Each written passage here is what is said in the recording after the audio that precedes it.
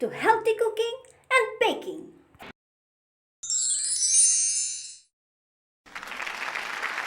As promised, from the short video of this cake, narito na! Mapapanood niyo na.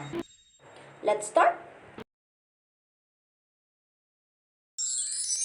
This video is highlighting on how to make astronaut figure.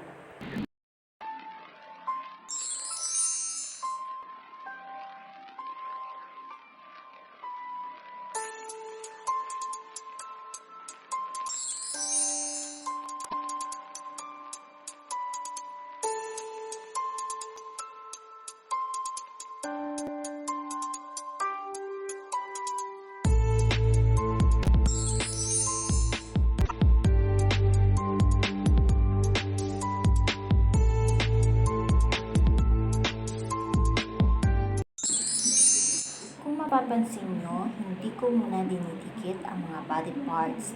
Let it dry para pag inassemble nyo, hindi siya ma-deform.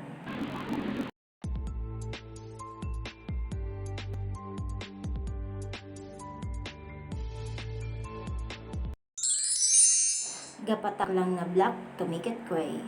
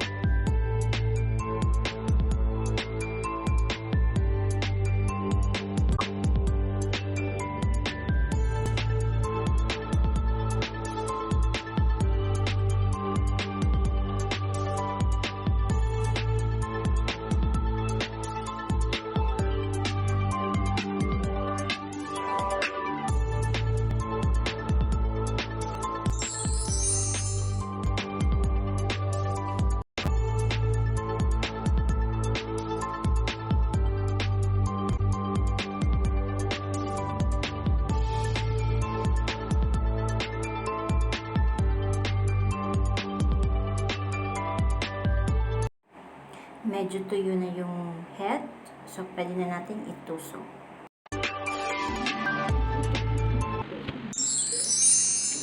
Gawin naman natin ngayon ang mga kamay. Para pantay ang laki ng kamay, mag-roll lang ng fondant at hatiin ito sa gitna. Para maganda ang dikit ng arms sa shoulder, i-slice mo to ng paslanting. Then, roll mo to sa gitna para magkaroon ng elbow shape.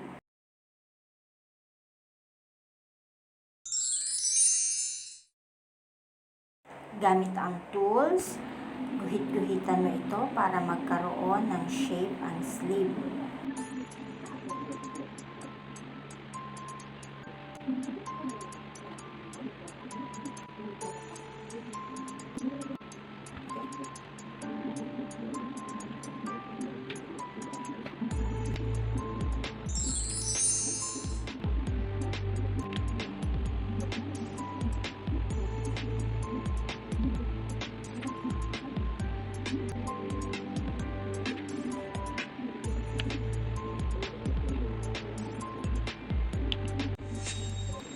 Mga sis, mga Mars, huwag kalimutan mag-subscribe. Kung may comment po kayo, pwede nyo po i-comment dyan sa comment section. May question po kayo, pwede nyo din po i-comment yung question nyo. Sasagot po ako. Pahingi na din po ng like ha. At yung bell, huwag nyo pong kakalimutan. Click the bell para every time may upload po ako na video, mana-notify po kayo.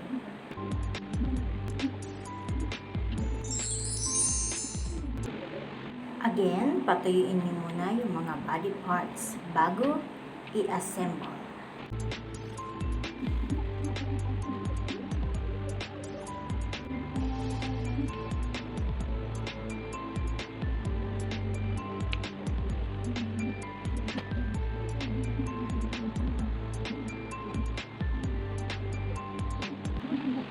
Alam niyo po, itong design na to, ginaya ko lang to doon sa picture na ibinigay ni customer. Mamaya ipapakita ko kung ano yung gusto ni customer. May changes po siya doon sa top nung cake, nung topper, instead na yung picture na binigay niya, gusto niya ay astronaut figure. Ayan, pag gagawa po kayo ng mga maliliit na circle, ganun lang po yung gawin nyo. Roll kayo ng mahaba. Then, pag mahaba na siya, cut nyo po isa-isa. Saka nyo bibilugin. Then, massage mo siya in a circular motion. Matagal gawin, ano? Yes, matagal po siya gawin.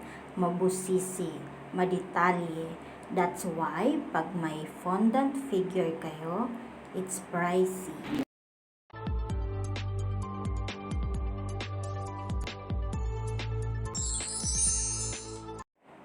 Combine niyo lang po ang red and yellow to make it color orange.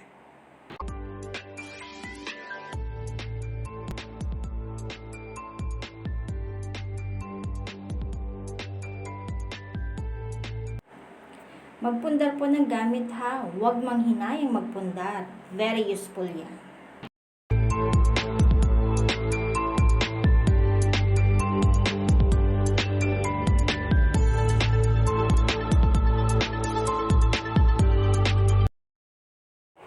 Then, dikit na po natin yung mga paa.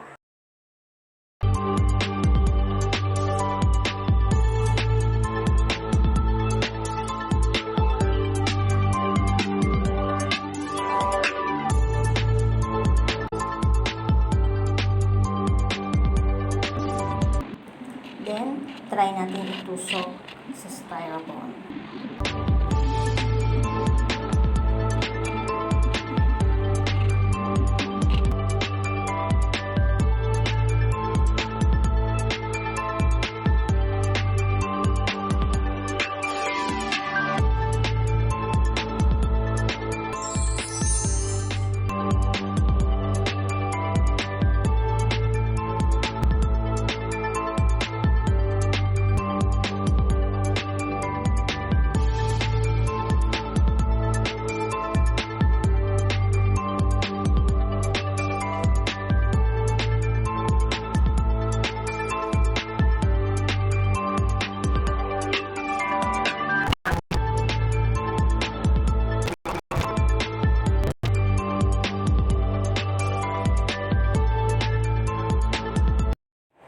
Then, last nating itikit ay ang arms.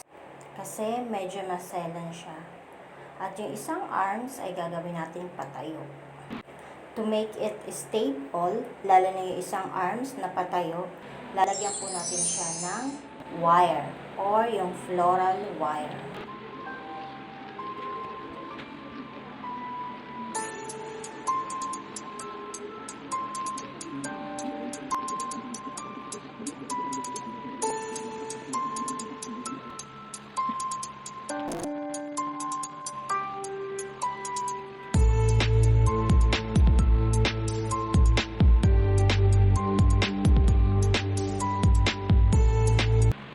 Siya nga pala, ang mga nakikita niyo sa likod ay ang aking mga cake base at yung iba ay cupcakes.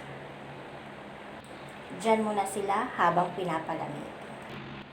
Medyo madami ang laman ng aking table kasi madami tayong pinapalamig. Bali, 2 cake tomorrow and 48 cupcakes. Yan ang order natin para bukas.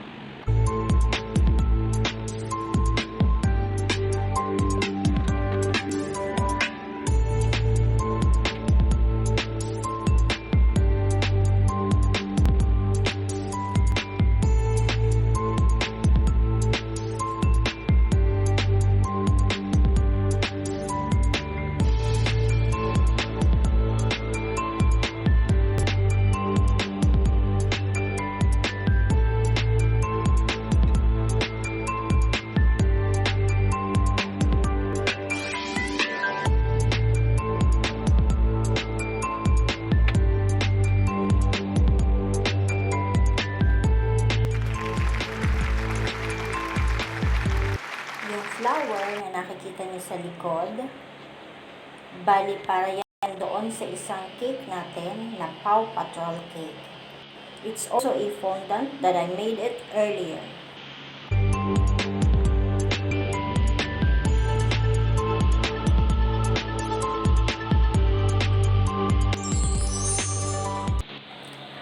So, yan muna. Let them rest para medyo tumigas. Bukas ulit. Good morning! Assemble na natin ngayon yung cake. Then, i-deliver natin maya-maya. Yan yung styro ball kagabi na pinagpapatungan natin ng nagawa nating figures. Binalot ko siya ng fondant. Tapos yan, aayusin na lang natin.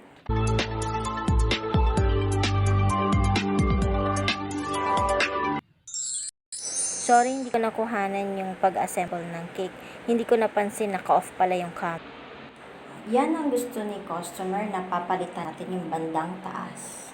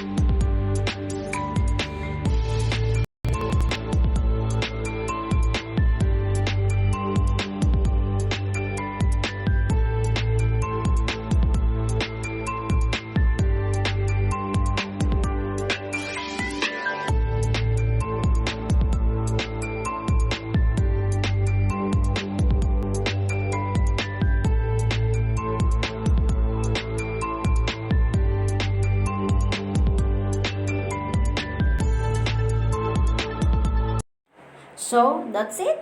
Ang ating astronaut cake.